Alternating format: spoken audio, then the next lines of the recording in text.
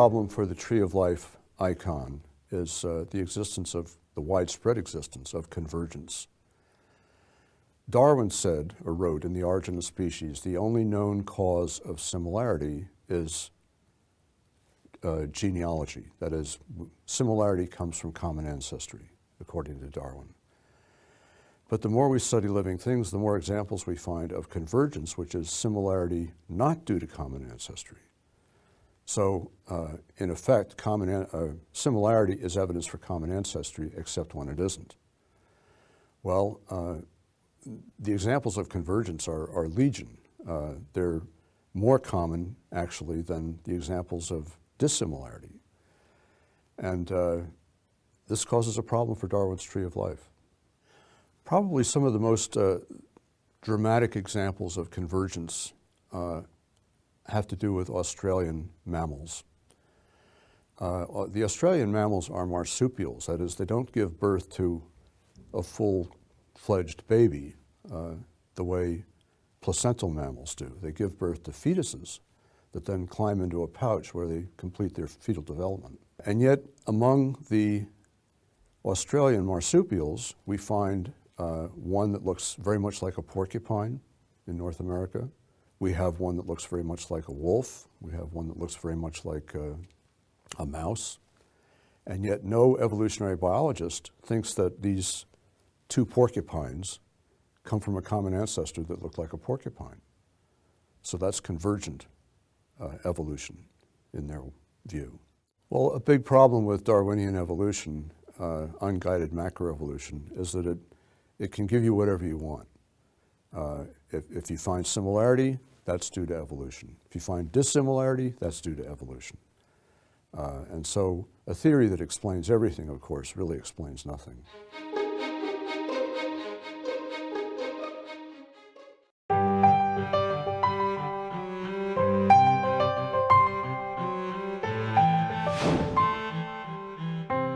Most people see natural selection as the main engine of evolution. This supposedly slow and gradual mechanism drives changes in the way species look and behave over time. It's also commonly called survival of the fittest, but that's a little confusing because it's not always the biggest and the strongest who survive. In reality, natural selection is all about reproduction. The organism that had the most descendants in later generations was, by definition, the fittest, and that usually comes about because some variation in an organism helped it to be more suited to its environment than others. Everybody talks about natural selection, and they kind of almost imagine like it's a magic wand, it's an explanation for everything. Natural selection is simply differential reproduction. In all living systems, in all populations, some individuals reproduce more than others. That is natural selection.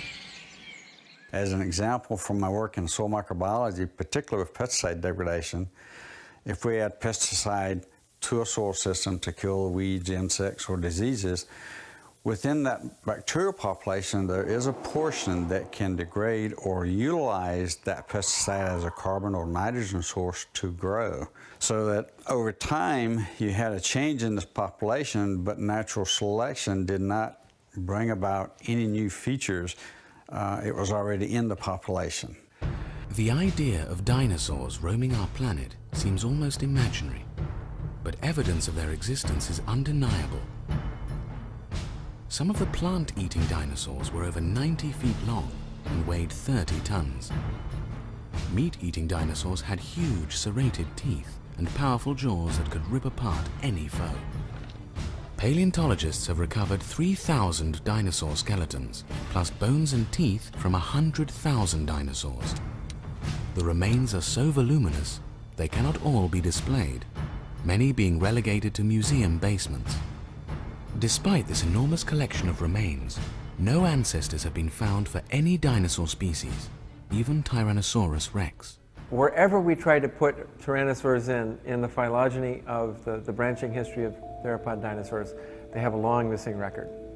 And we're going to find that record one of these days. We're certainly lacking information that ties together meat-eating dinosaurs and all the rest of the dinosaurs.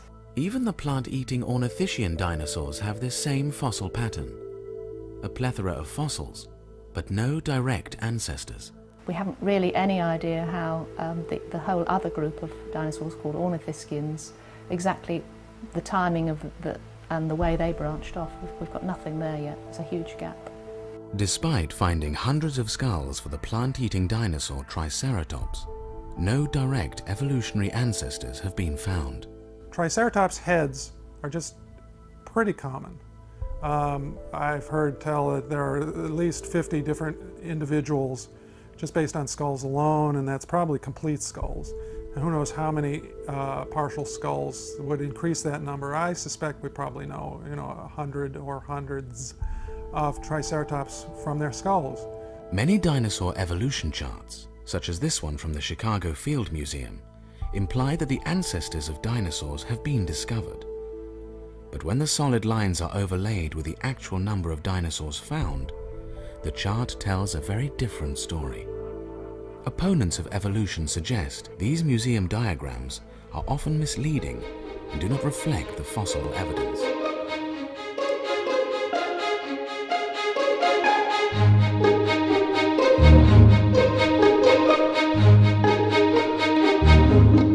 Darwin's Tree of Life purports to show that all living things come from one or a few common ancestors. When we look at the world of living things, we just automatically, intuitively group certain things together. So a robin and a finch, say, we recognize them as birds. We group them in a sense with mice in the sense that they have backbones. So we have a group called the birds, or have a group called the vertebrates. We group vertebrates and animals without backbones in the animal kingdom, and that is a separate group from the plant kingdom. So we do this intuitively, and it produces a nested hierarchy. These things are nested within certain groups. And for centuries, people thought this was evidence of God's design for creation. But for Darwin and some before him, these are branches in a tree of life. So they're all connected by ancestors and descendants. They're not just conceptual groups, they're actual products of this common ancestry. That's Darwin's Tree of Life. So that's the tree image, and that's probably the most powerful and central icon of evolution. The scientific establishment typically portrays the Tree of Life as a fact, something we can't question. All living things are related through common ancestry. But even in 2000, there were empirical problems with this claim. And now, 17 years later, the problems have grown worse. For example, in 2000, it was hoped that by comparing molecules, DNA, proteins, and so on, we could construct a tree of life that would sort of zero in on the true tree. There can only be one true tree, if in fact there is one at all. And yet the more molecules that have been studied, the more inconsistencies have turned up in the tree of life. So the molecules don't fit each other in many cases. They don't fit the anatomies. You get different trees depending on what you look at. Something that's happened fairly recently is the discovery of what are called orphan genes.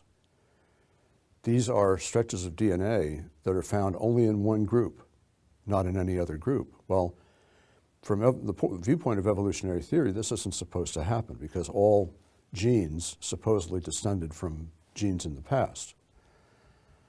And yet, the more we study organisms, the more we find orphan genes are just everywhere. They've been found in every organism whose whole genome has been studied so far. And they don't give you a tree of life because they don't trace back to anything ancestral. So nowadays, when biologists try to construct a tree of life using molecules, they just toss out the orphan genes. They just ignore them. It's a process that's been referred to as cherry picking, where you pick certain data you want to keep and you throw out the rest. And that's what's going on here. If the reason they insist on a tree of life is, well, they assume it. It's an assumption. It happens to be an assumption that fits well with a materialistic story. Because if there are discontinuities in the tree of life, it implies that there was some kind of creative act there. So by having a continuous tree of life, you can sort of make the materialistic story sound better. If we get rid of the tree metaphor, it's not sure what would take its place. I mean, some people have proposed grassland, a forest. It could just be a hodgepodge of different disconnected groups. The reason we get a tree is only because we assume at the outset that it's there. And of course, many people would have heard the notion that dinosaurs evolved into birds. Right. This is that's one evolutionary view. There are others, and this article highlights the battle between the dino to bird evolution camp. That's been very much popularized, this concept of dino to bird. I mean, you look at Jurassic Park, that was said very openly in that movie. Millions of people have seen Jurassic Park, so I'm noticing a lot of pictures, just in online news stories and whatever. They'll often show feathers on dinosaurs now, even though many evolutionists don't agree with that position, right? But the public, as far as the public opinion goes, dinosaurs, they understand that that's evolution. Dinosaurs, or some types of dinosaurs, evolved into birds. So really, when you're having your Kentucky Fried Chicken, it's KFD. It might be Kentucky Fried Dinosaur. Kentucky Fried Dinosaur, yeah.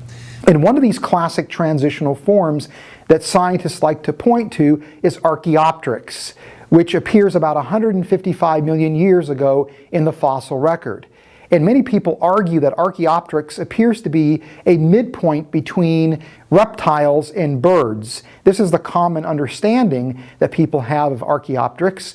Yet the fact of the matter is, Archaeopteryx is a true bird. It's an ancient bird. It belongs to a group known as the Archaeornithes, but nevertheless it is a true bird. And it appears quite suddenly in the fossil record without any true transitional form leading up to it. In more recent years, scientists have argued that the transitional form that produced birds would be feathered dinosaurs that belong to a group known as the theropods. These would be dinosaurs that walk around on two legs, that is, they would be bipedal dinosaurs that look like the raptors that people are familiar with in Jurassic Park.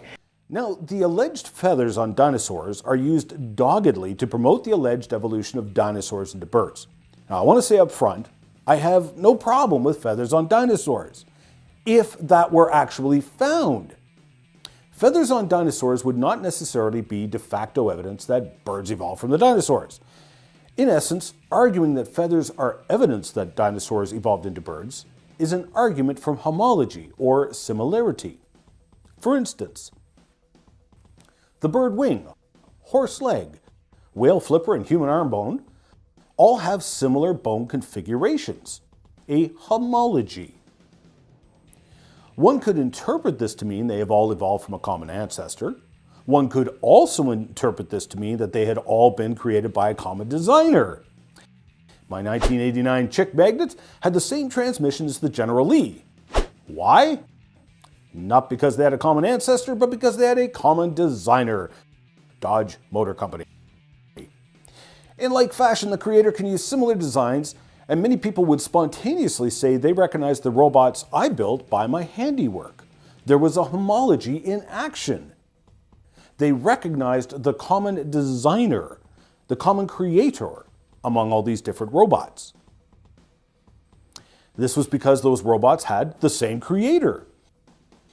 So, feathers on dinosaurs does not in any way refute creation, though it can be interpreted as support for dinosaurs evolving into birds. It could also be interpreted as evidence for creation, a common designer.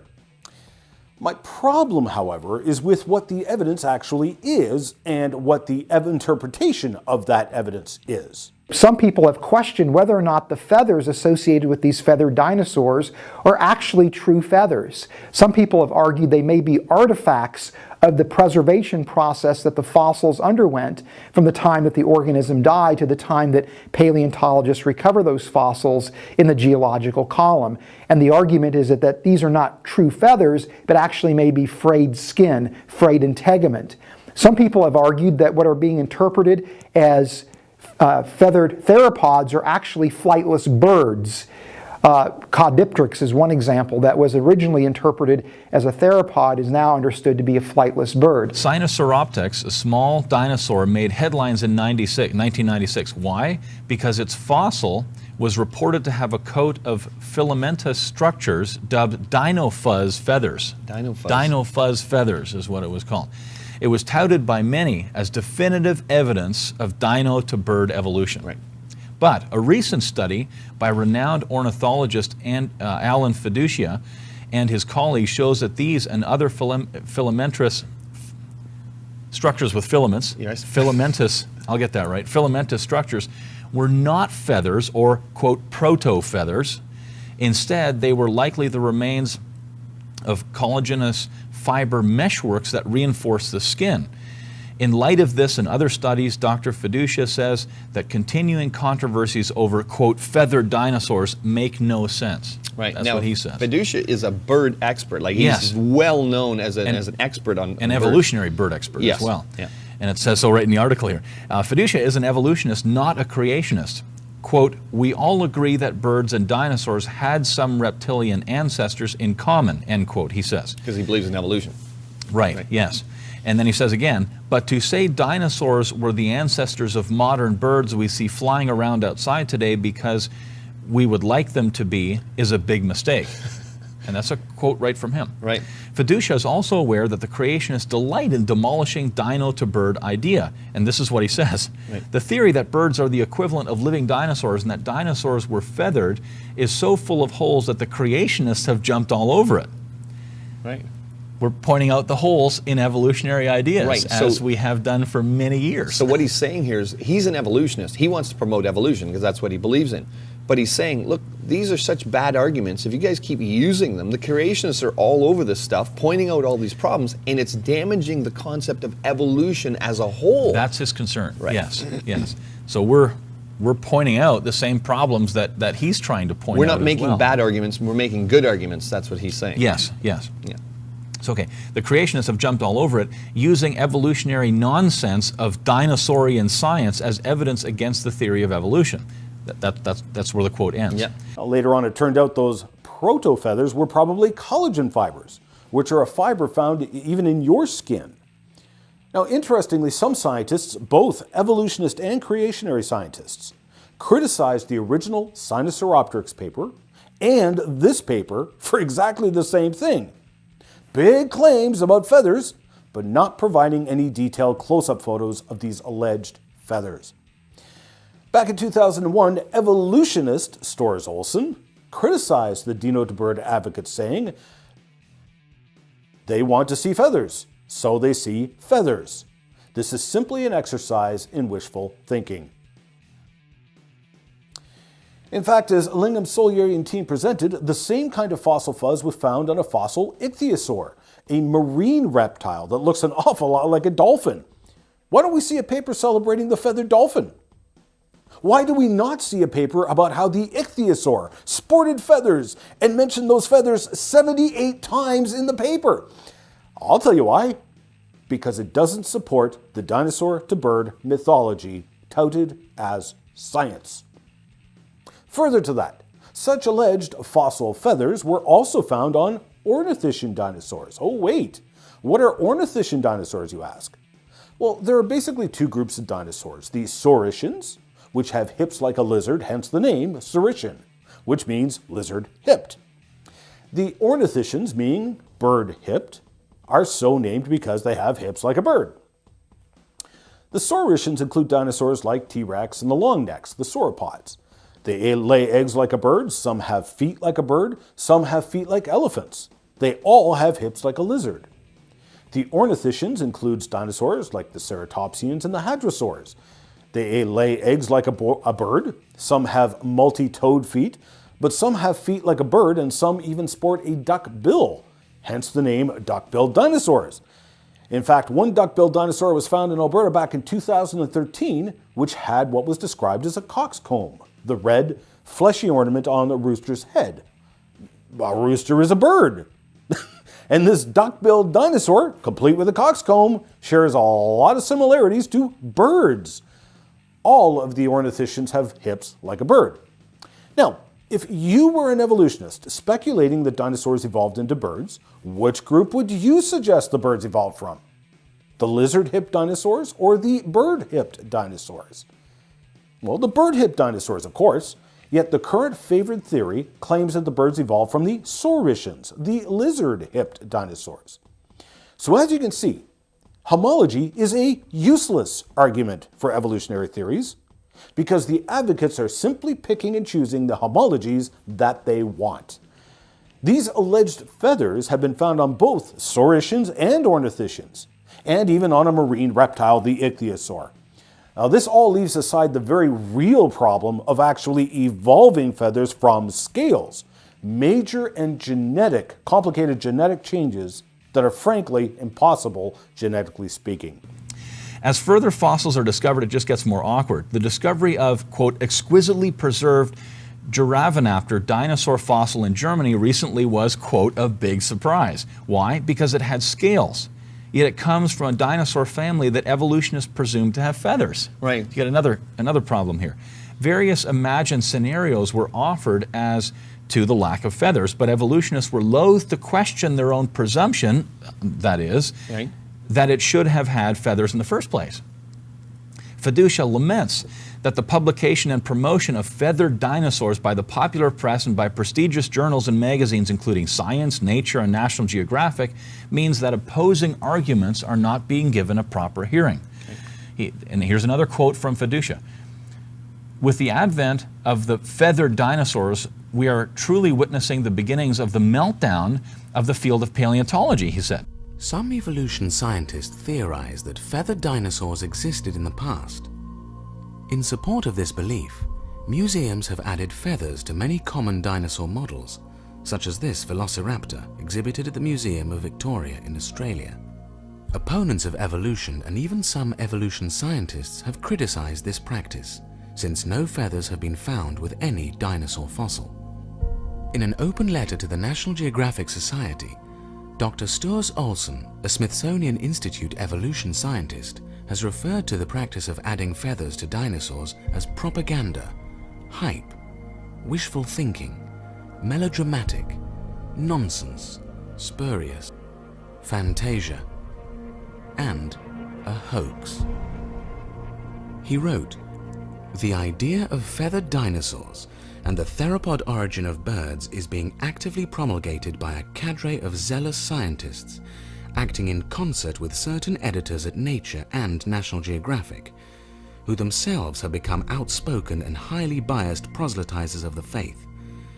Truth and careful scientific weighing of evidence have been among the first casualties in their program, which is now fast becoming one of the grander scientific hoaxes of our age." So you don't see something becoming feathers. That's where this could have gone. This back in '96 when this was these fibers were discovered, and it was thought, oh, here's something. It's a transitional feather. It's something becoming a feather, but it turns out that they're not. It's just structures to help the skin. But Fiducia has already pointed out that Archaeopteryx was a perching bird. He's actually made comments like, no amount of paleobabble is going to change that. I remember reading a quote by him saying that. You know, you can try to spice this up any way you want. That's why he's talking about the meltdown of paleontology. If feathered dinosaurs are the ancestors of modern birds, then why were modern birds found in geological strata below and therefore older than the strata where the Archaeopteryx were found? Think about that. Does that make sense? And people argue that these feathered dinosaurs represent the transitional forms that document this transition from, again, a theropod dinosaur to the very first bird, Archaeopteryx. The problem with this explanation, however, is something known as the temporal paradox, in which you have transitional forms appearing in the fossil record after the forms that they are supposed to have evolved into. It also gets really interesting when you take the evolutionary timeline and the ages assigned to all of these alleged feathered dinosaurs. Now remember, the dinosaurs were supposed to be evolving into birds, and in particular evolving feathers from scales. It was claimed that all of the different stages of this feather evolution had been found. So, in this chart, with the oldest on the left and your youngest on the right, we should see a gradual progression of scales to feathers. Instead, the alleged evolution is all over the map. Fossils with completely modern, complex feathers appear in the fossil record before the dinosaurs with proto-feathers. So if anything, this fossil sequence is showing a de-evolution of the feather, with the animals becoming less and less bird-like. But it gets better. At the same time these researchers were publicizing feathers on a dinosaur in Alberta, other researchers were reporting on a completely modern flying bird buried with the dinosaurs. Goodness Cretaceous! What on earth is a modern bird doing flying over the heads of dinosaurs from which it was supposed to have evolved? In the paper, Navalone and team used the word bird 40 times and used the word dinosaur once. And in that context, they were commenting how the alleged dinosaur ancestors of the birds had lost bird features found in this bird. So the evolution is again backwards. But wait, is this completely modern bird found flying over the heads of dinosaurs an unusual occurrence? Nope, not even close. When Dr. Carl Werner was conducting his research for his book and DVD, Living Fossils, he visited 60 natural history museums and 10 different dinosaur dig sites around the world. In asking the paleontologists, consistently they reported finding not just fossil birds, but modern fossil birds among the dinosaurs. Parrots, owls, albatross, loons, ducks, cormorants, penguins, sandpipers, the classic flamingo. Yet mysteriously, only one of the museums depicted a bird found with the dinosaurs. And they only depicted one bird off in an out-of-the-way corner. Why are they not displaying the evidence? You tell me, do you not think this is important fossil evidence? Yet, how many natural history museums depict feathered dinosaurs and have displays devoted to the evolution of dinosaurs into birds? But it gets better. We find fossils before the dinosaurs in the evolutionary time scale. Proto-Avis is identical to the modern-day blackbird, but yet it is deemed controversial. I would suggest the only reason it's controversial is because it was found in rocks dated 225 million evolutionary years old. Rocks in which I've personally excavated, the Texas Triassics. I've previously reported on the trail of fossil footprints at Blue Beach, Nova Scotia, dated even older at some 350 million evolutionary years old, give or take a week. Well, before the evolutionary time of the dinosaurs, the tracks are a dead ringer match to the tracks of an ostrich, a completely modern bird with a very unique and recognizable foot. Yet not far from that trail, on the same beach, same rocks, famed early paleontologist and geologist William Dawson excavated a slab of rock in the early 1870s. Now, C.M. Sternberg revisited this slab in 1933 in a Geological Survey of America bulletin, Carboniferous Tracks from Nova Scotia. The slab had clear bird tracks on it. Note well what he writes about the tracks. Superficially, they resemble the tracks of some of the wading birds, but of course there is little probability of their having been made by birds. Why is there little probability of them being made by birds? Because of the evolution myth. There is no other reason. So you can see here that clear evidence of birds being around long before the dinosaurs is rejected out of hand.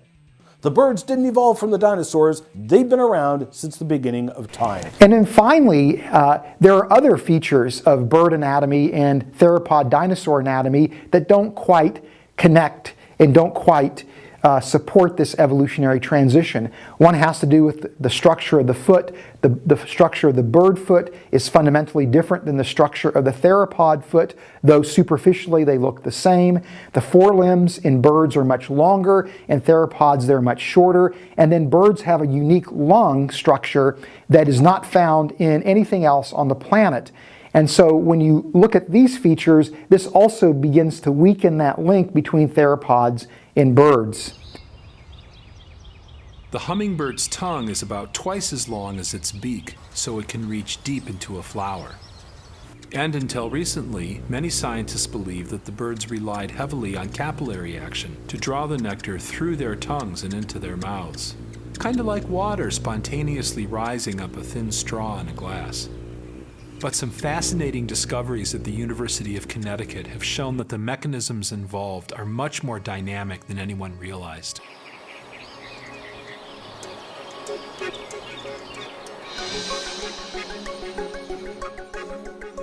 The hummingbird's tongue is actually a nectar trap equipped with a pair of narrow tubes that taper sharply. The tip of each tube is segmented into a row of flaps that are attached to a supporting rod. When the bird isn't eating, these flaps form two rows of closed loops that fit compactly into the beak.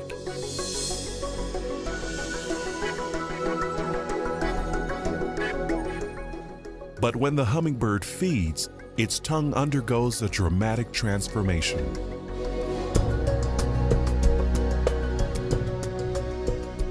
Inside the flower, the tongue extends to make contact with the nectar. When immersed in fluid, the tip splits and the flaps on each fork systematically unfurl.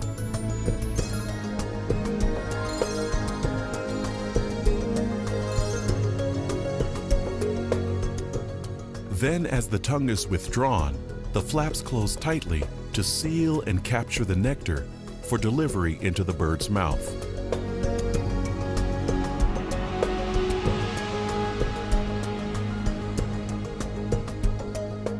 This entire process is executed automatically in less than 1/20th of a second, thousands of times a day.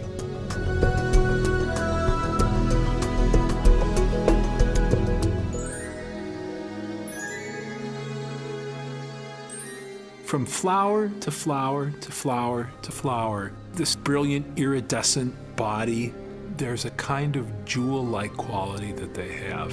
This exquisite workmanship, the colors and the sound that they make.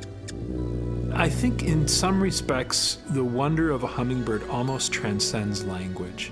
And we respond to what we see at a level really, you could say, deeper than rationality. I mean, it's not irrational, but it's almost like responding to the work of an artist. And at that level, we respond with our soul, with our emotions. What can you say? Words can't do it justice, so you just stand there and applaud.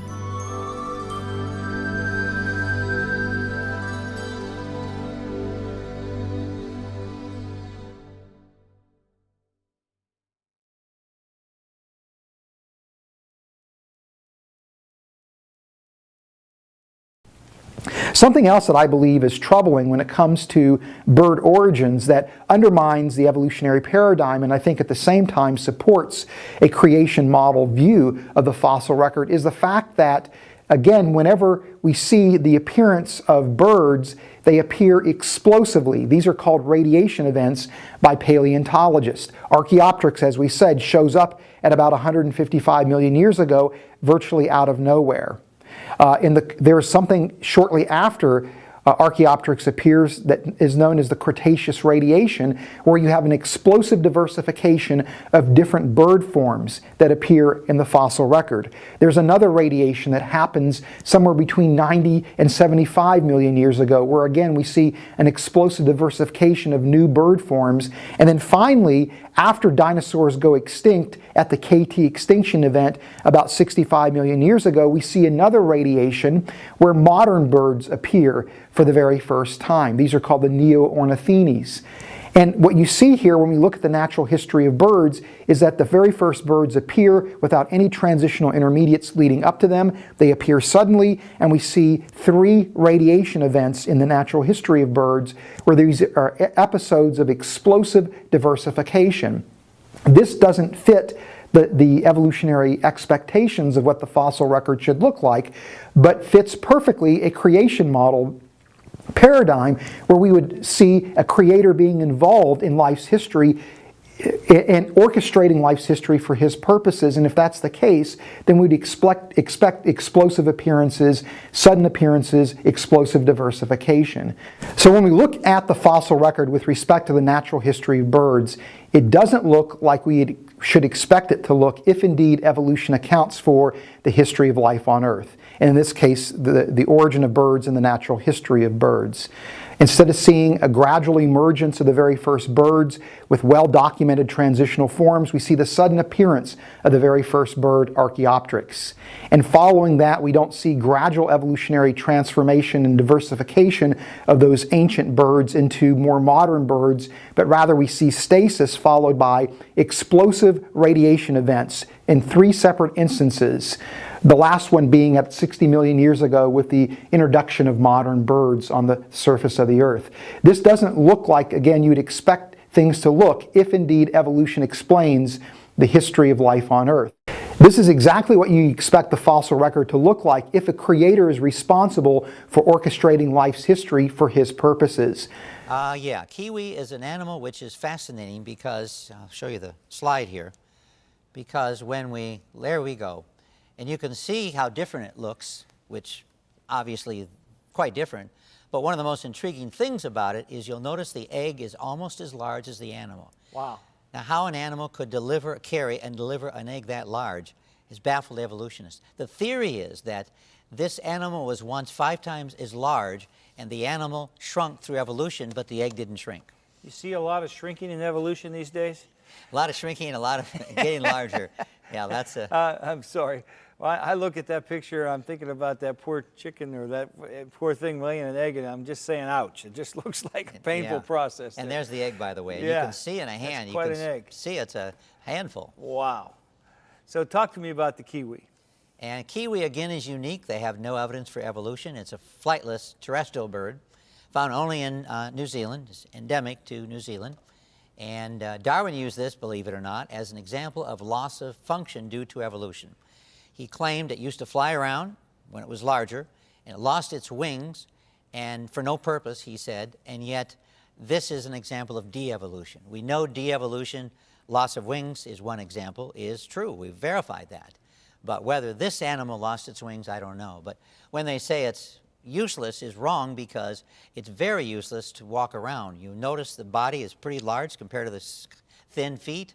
Well, to balance itself, it has to have the so-called vestigial wings to be able to walk around. And it zooms around pretty fast. It's really a very... So our error is assuming that all wings are for flight. Some could be for balance. Many God are can for make balance. things for different reasons. Exactly. Yeah. And they work very well for what they do. And without them, they would not survive very well at all. Yeah, that's fascinating. So the idea that they lost their wings, again, there's no evidence in the fossil record, or otherwise. We have no evidence whatsoever. It's a hypothesis. Well, not even a hypothesis, it's a guess. Uninformed guess. And the first kiwi, from all that we know, is a kiwi. We do have kiwis in the fossil record, but again, there's no evidence of their evolution. But they are preserved, not real well. Birds are not preserved very well. But by the way, some British scientists said this animal is impossible. It's impossible. And he meant that because how could this animal exist the way it is, like a mermaid and a unicorn? How could it survive? Well, how could it lay these eggs? But that's a nonsensical statement because we know they do exist. It does survive. It's a fascinating animal. Yeah. And it has whiskers like a cat, I could add. It burrows like a groundhog. Same with the duck-billed platypus. It has so many traits that are typical of non-birds in this case, since it is classified as a bird. And has nostrils are at the tip of its beak. And long, thin beak, if you remember from the first picture, that's where its nostrils are, which doesn't seem to us very logical, but yet for a bird that needs to figure out what is around it, it can stick its long nostrils on the tip of his beak into various places and determine whether or not there is a food that's appropriate for its diet. So, by the way, its organ of smell is really very accurate, very good. I'll bet. And here's the eggs, which incubated by males, not by females, which is another problem. And it's about 75 days incubation. Imagine taking this long to incubate the eggs. And the males, by the way, are on their own. They leave to get food and return to care for the eggs. So, a little switcheroo here. Yeah. Not many examples of this, but there are a few. Like seahorses are another example where the males basically take care of the brood. Huh. which again they have a hard time explaining. And Gould, Stephen Jay Gould, I could mention, concluded the greatest of kiwi oddities centers upon its reproduction. And he explains in detail why the reproduction is so unique and so different, so hard for evolutionists to explain. And lays eggs like a bird, but lacks a bird's tail and wings. So, well, they claim they're vestigial. That's what they claim. And body surface is more like fur than feathers, similar to juvenile down of most other birds. And so that's another unique feature of the kiwi. And we could go on, but... Now you said other birds, so do they classify it as a bird? It's classified as a bird. Okay. You know, where else do you put it? It's most logically be Right. part of the bird family. In fact, they say it's the world's most unbird-like bird. Most unbird-like bird. And we can see an evaluation of it that's quite clear. Evolutionists say that they've pretty well figured out how the feather evolved. They say starting with a reptile scale that became sort of elongated down here. That scale then became frayed, presumably by genetic mechanism, not just frayed by wear, because you couldn't pass that on to your descendants. And then this was recently in Nature, a very technical scientific journal.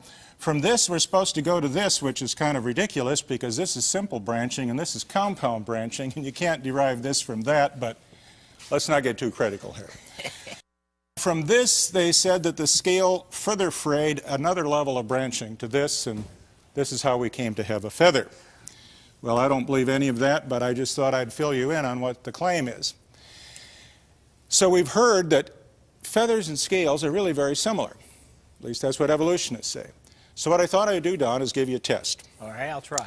Okay, I don't know if you got special reading glasses or anything with you, but I'm first going to show you the reptile scale. This is from a boa constrictor. I had a laboratory technician who had a boa, and when it shed its skin, we looked at it under the scanning electron microscope, and that's what the scale looks like.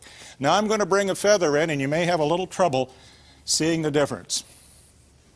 What do you think? Should I go back and forth? Or? I think I got it. I think that one's the feather and the first one's the scale. Makes you kind of wonder why they suggest that they are similar when they are just about as dissimilar as you could possibly get. You can only reach that conclusion if that's the conclusion you want to reach. If you already have a prior bias that you're absolutely confident that the scale evolved into the feather, then you can actually claim that the two are very similar. But there's no evidence involved. No evidence at all. Let's just look at a scale and see how they develop.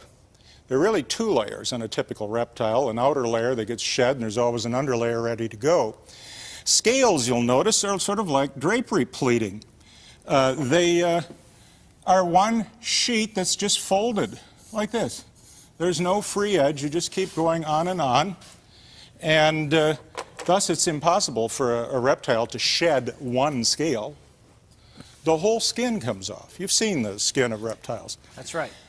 We've all seen Let's snake look at skins. that boa constrictor, and by the way, I want to point out that no snakes were destroyed to do this experiment. We waited till this little boa shed his own skin in his own good time. The tail would be in the direction of that arrow, the head would be down there. You can see the scales are arranged in a bias. If we flip this over like the page of a book, this is the view from the underside. Okay. And they're like little pockets, coin purses. Let's magnify one of them there. If you had a tiny hand, you could tuck it right up into that pocket there, and that's where the previous scale was in there before this was shed. So this is one continuous piece. That's not the way it is in a feather. Feather's a very different story. Feathers, like hairs, grow out of follicles. Evolutionists say nothing about comparing feathers and hair because they don't believe that mammals and birds have any evolutionary relationship. So they ignore obvious similarities while emphasizing the similarity of totally dissimilar structures. Say that again. I just think that we need to just slow down a minute and just say, if you were looking for a similarity, you could find some if you would take a hair and a feather. Yes, you could make a case maybe there. If you... But when you're talking about scales, really it's just folds in a seamless skin. Biologically completely different. So there's just no similarity. This is the way the feather looks. All of the cell division occurs down here in a growth matrix, just as it does in a hair follicle. The cells suddenly die, and this green structure is the feather all rolled up in a kind of a cylinder. and it emerges at the surface of the skin, enclosed in a little shell, as you see in a pin feather. The shell breaks off, the feather unfolds, and that's basically the mechanism. You've probably heard the saying that lightning never strikes twice. This means that highly unlikely events, if they do occur, won't happen again. But it appears that in a certain area of evolutionary biology, lightning has in fact struck 4 times. Birds, some extinct reptiles, insects and bats could or can fly, but the anatomy and physiology of these creatures is substantially different and suited to flight in different ways. Evolutionary scientists who have studied the origin of flight do not claim that an ancient flying creature gave rise to all these creatures. Instead, they propose something even more incredible, that flight has evolved independently 4 different times. I wonder what the Wright brothers, who were inspired by God's design of flying creatures, would think about the idea that flight originated on 4 separate occasions without any forethought or planning. You can actually make a map for all of the feathers on a bird. It's a left-right perfect match, and they grow in matched pairs, and they are molted in matched pairs to keep the birds symmetrical at all times. If one falls out, is it replaced? Yes, if you pull one out, it'll grow just like a hair. If you pull a hair out, it'll grow back. It goes into growth phase right away. Pull a feather out, goes into growth phase right away. Okay. I hope I don't have to tell you, a scale has nothing like that. No, I got that. In Carlisle Cathedral in England, there is a Bishop Bell who was buried in the late 1400s. Only a few short years after Christopher Columbus went from the Eastern Hemisphere to the Western Hemisphere. So this is the beginning of the Age of Exploration. And yet during that time, when he was buried, brass ornamental carvings were put at his burial place, and in that carved brass, we see what look like sauropods. They have the long extended tail, they have the long thin neck and small head, and their legs are sticking down from their body, not splayed out like a lizard.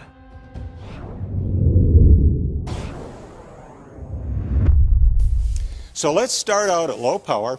All right. This is not magnified very much. You see one feather here. There is a shaft in the middle, or a rachis. Okay. And we can see several barbs on here, and many more, growing out the side. When it was in the follicle, these were uptight against the shaft. Right, and they've opened up. And in a cylinder. Yeah. Cylinder opens up, barbs swing down. Now, from each of these barbs, on this side of the feather, we can see posterior barbels. Can you see them in here coming back this way? Right. The anterior barbels are underneath because they're overlapping. If you look in this region, you can sort of see, you see them underneath there? Right. You know, just in case you're having a little trouble at this magnification, let's crank up the power a little bit here. Here we have the shaft now visible. Here are 2 barbs going up, one going this way. You can see the little hinge where it used to be, right, you know, where it's bent out. We may observe posterior barbels here, and I think you can see the anteriors underneath. You can. We could draw those in one color. They're underneath going this way, and the posteriors are on top going this way. And the whole idea is the little hooks on the anterior barbels underneath are going to hook into the posterior barbels that are on top. So let's crank up the power. You like that cranking power, Oh, don't you? yeah. You just sit there and just turn the knobs, and it gets higher and higher. That's awesome. Now we're at a level where we're just seeing one barb. The posterior barbels are coming across here. We're starting to get a pretty good view of the anterior barbels underneath. And I don't know if you can see it where you're sitting there, but one of the little hooks is showing up right inside that circle there. I see it. But let's just crank up the power. In fact, let's do this. Instead of cranking up the power that much, let's remove the posterior barbels. Okay. If we were to take those away, we would see the anterior underneath exposed. Let's do that. And there are the hooklets. Oh. Notice that where the barbs do not overlap, there are little flaps that fill in to keep the air from coming through. And these little flaps will have pigment on them that will impart the color to the feather. And we'll have in many birds a little thin film-like plastic over it that behaves like an interference layer, sort of like an oil slick on water. And this produces the iridescent colors you see in birds, like in grackles and what have you. But these wonderful little hooks are going to grab the posterior barbels. Let's look at this all in place now. We have posterior barbels going this way across the field, and we have anterior barbels underneath going this way, and there's one of the hooks. Right, holds them together. One little problem here. Notice the posteriors have a groove. It looks almost like a celery stick, concave in there. And there's a lip on the edge of this groove right here, and the radius of curvature of the hook must exactly match the lip. You know, on a screen door, the hook has to match the eye. The other problem is the hook is over here and it needs to be over there if it's going to catch onto that lip. So there needs to be a hinge. Every one of the trillions of hooklets on a bird has its own hinge. My goodness. Let's tip the feather over and look at it from the other side. Now the hooks are going to be going down. Here's a fairly low power. We'll just start cranking the power up here. At this power, we can see the hooks. It's just that they're not attached to the posterior barbels yet. Oh, I shouldn't even get into this except on top. There's a wonderful little strut that comes across here and anchors down there, kind of leaves the surface of the barbule there, and that strengthens it so it doesn't bend, but strengthens it in a way that has very low weight, sort of like the spreaders in the mast of a sailboat. Well, finally, let's just crank the power up as high as we're going to go here. And if somebody can look at this and not believe there's a creator, then I would say they're without excuse, wouldn't you, Don? I would, my friend. My goodness. The intricacy is amazing. Here is one of these little hooklets. This is the hinge. Yeah. The hinge is a strap hinge that makes the hook only go in one dimension. Ah. Here's a little guiding probe that guides the hook in. You can see it's hooked on the groove there. Here's another one that's hooked up under the groove. As you can see, Don, basically just a reptile scale. No, I don't see that at all. I didn't think you were believing anything I was telling you here. Unbelievable. You know, like you said, you pick up a feather and you see in it. I just see a feather, but when you took that to the lab and you put it under the microscope and you kept, as we said, cranking up the power, you see the incredible, intricate detail of not only is it designed, it's engineered and then manufactured in such a way that every time a bird flies, it's a miracle, isn't it? Thank you, my friend, for sharing this amazing, presentation with us. This fossil, called Archaeoraptor, was purported to be an unusual missing link which would, once and for all, prove that birds evolved from dinosaurs. It had a long featherless tail, similar to dinosaurs, but it also had feathers and a bird-like body, giving the appearance of two different animals blended together, just as Darwin predicted. As Dr. Rowe carefully scanned the Chinese specimen and watched the cross-sectional images appear on the computer screen, he noticed something was very wrong. Dr. Rowe discovered that 26 fossil bones from 5 animals, including a dinosaur and a bird, had been fraudulently constructed to make a transitional fossil. And that was the thing that caught our attention first. We could find no verifiable fit between the tail, the most spectacular part of this specimen. We could find no verifiable fit between that piece and any of the other parts of the block. And we found other irregularities as well. Even though it seems to fit tightly in here, when you look at it in cross-section, you can see that this piece and this piece have no verifiable association with the pieces around them. The next thing happened where the 2 shin bones were glued in. And likewise, these have no verifiable associations. The next thing that happened is that the foot was glued on, and I say foot rather than feet because this is a single foot. This is a slab and counter slab that were split and separated and glued in place to make it look as though there were right and left feet there. It's a clever use of materials. You know, if you're limited, you take a single foot and turn it into 2, you know? Very, very creative. This schematic diagram shows how many different fossils and rocks were used to create Archaeoraptor. Each color represents a different type of rock and a different type of animal. Dr. Rowe reported his startling discoveries to the National Geographic scientist. Yet soon afterwards, the unexpected happened. National Geographic held a press conference announcing the discovery of Archaeoraptor, failing to disclose the fossil as a fraud. And we provided the data and our interpretation to the representatives of Geographic, and the scientists in charge, as he walked out of the building, his last comment to me was, well, all of these Chinese things have been fiddled with. But he understood that there were profound questions surrounding this, and we'd been brought in as consultants simply to scan the specimen, and which we did.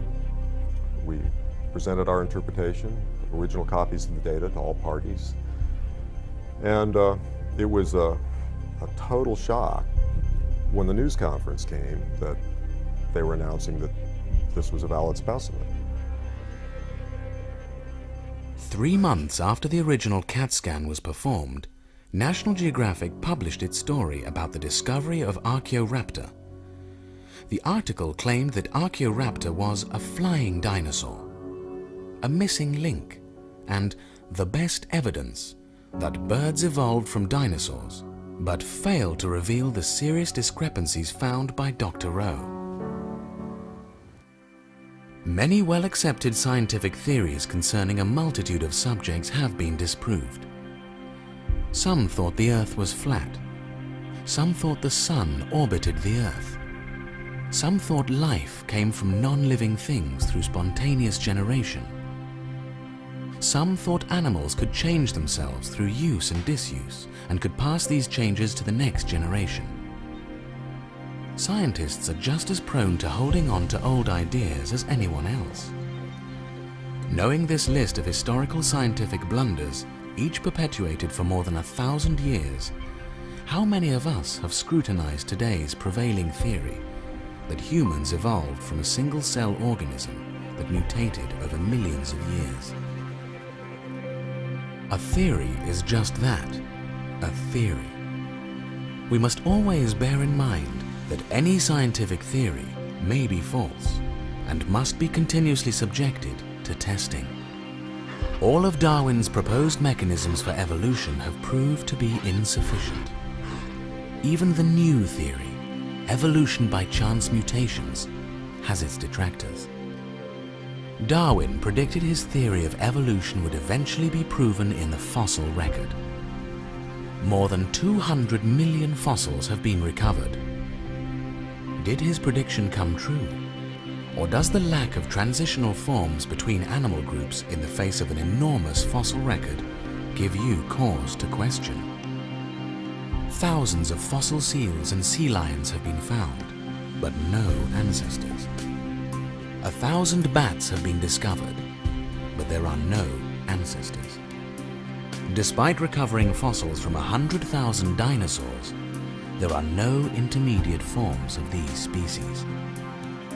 Do you agree with modern evolution scientists that evolution is the most reliable scientific theory that best explains the fossils and life itself?